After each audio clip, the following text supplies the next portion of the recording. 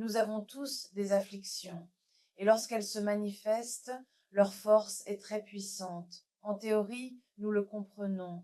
C'est nous qui développons un attachement aux afflictions. Nous savons aussi que nous devrions y faire face et les contrer, mais parfois les afflictions sont trop puissantes, au point que nous sommes emportés par elles, comme pris dans un tourbillon d'afflictions. Quelle est alors la méthode la plus simple pour éliminer les afflictions?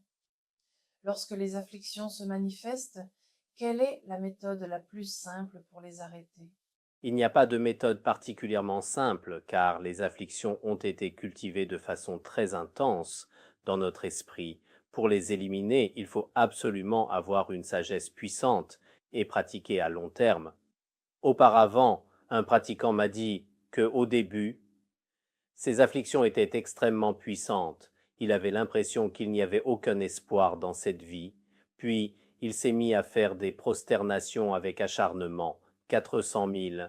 Puis il a pratiqué d'autres choses, les 500 000 préliminaires dont on parle dans le bouddhisme tibétain, développer la bodhicitta, prendre refuge, réciter le mantra des 100 syllabes, tout cela.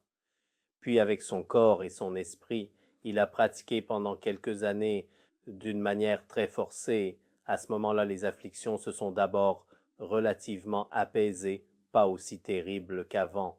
Puis petit à petit, maintenant, les afflictions naturellement ne se manifestent plus beaucoup. Je connais ce pratiquant. Je crois vraiment en ses paroles. Donc si nous voulons utiliser une méthode très simple, c'est assez difficile. Il faut vraiment faire des efforts, consacrer du temps. Finalement, les afflictions pourront être éliminées.